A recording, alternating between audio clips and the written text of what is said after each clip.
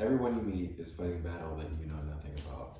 This is something that Robin Williams used to use in speeches that he would have with people, like considering or talking to them about mental health issues in America, really. When he would have talks and like conferences with people, just kind of discussing those mental health issues. I chose Robin Williams because he was always a very favorite actor of mine when I was growing up. His positive, upbeat entertainment was shadowed by his troubled life behind the scenes. He was an advocate for people needing positive influence, yet allowed himself to be consumed by his own internal demons. I believe the importance of mental health is something that's growing in our country, and people can use his story to learn from. First of all, Robin generally grew up using or living a generally normal life. He was born in Chicago and then moved to Detroit because his father was worked for a Ford Motor Company, and actually I'm from Detroit too, so I thought that was pretty cool. And then he went from Detroit in the middle of high school to California. While he was in school, in his younger years, he was bullied for being overweight, which a lot of kids can relate to that.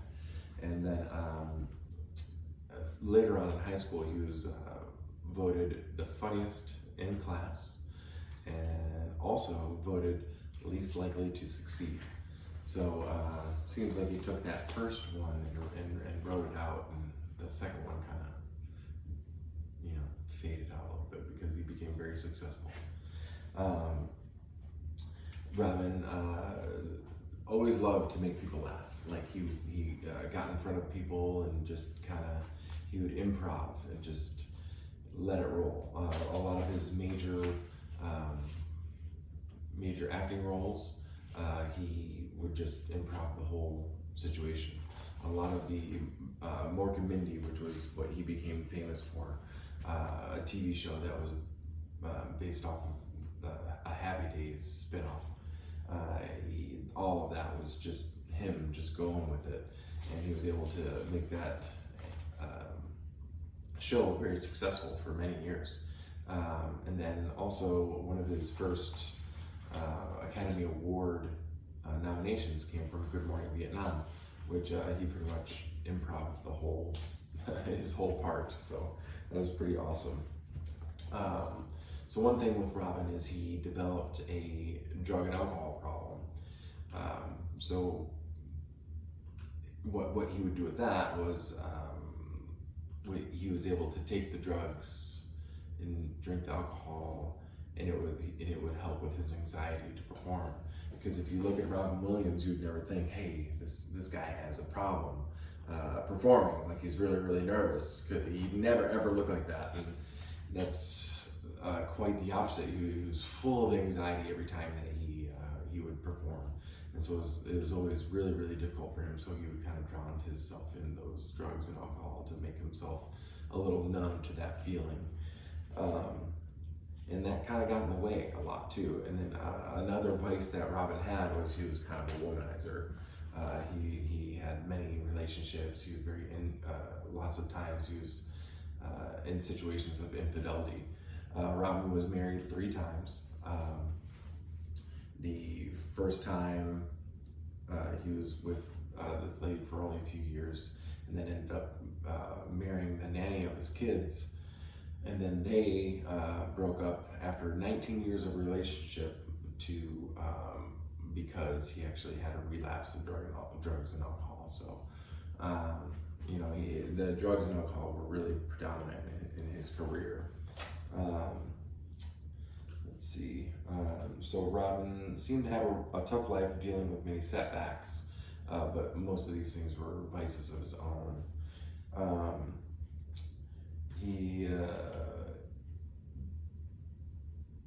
Despite his personal setbacks, he was able to break into the movie industry after being on TV for quite some time.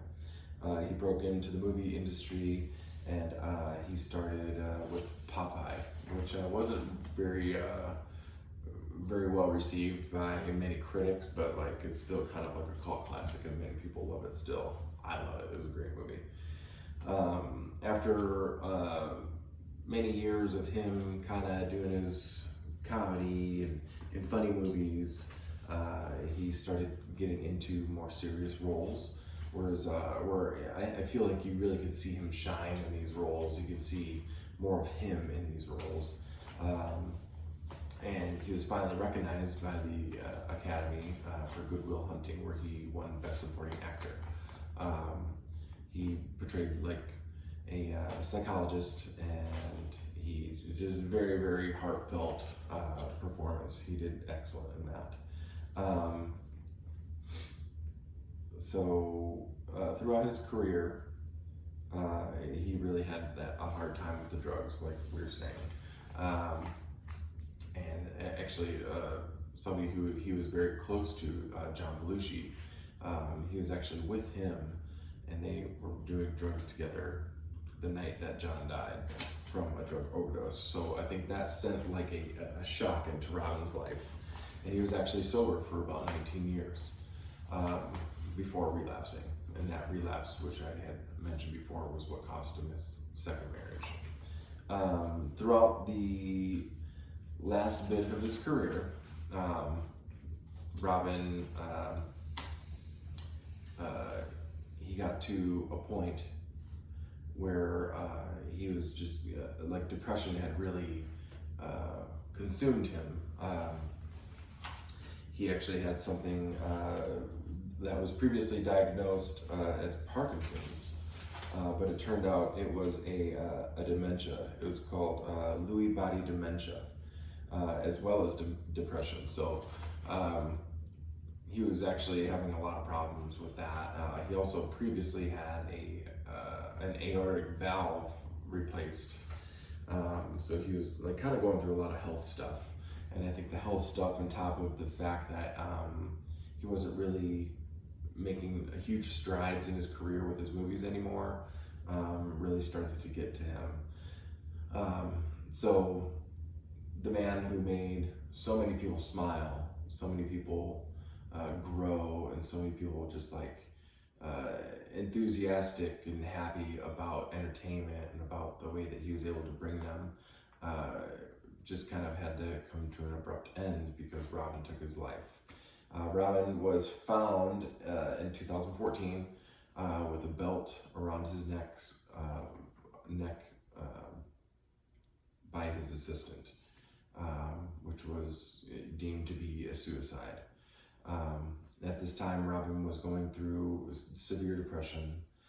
He had the breakdown with the Louis dementia, and like his family life was kind of falling apart. Like his wife at the time was like kind of keeping him away from his children and all this stuff because she didn't want his children to see him falling apart.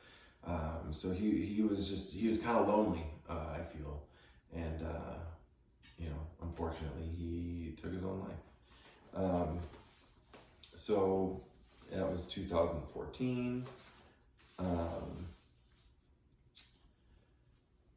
Robin was an inspiration to many with a life that ended in tragedy. Success can be measured in money, in fame, accomplishments, but you can't always see what's going on behind the scenes. Robin brought joy to many and laughter to many also, but then those things were lacking in his own life. So growing up, Robin Williams meant a lot to me.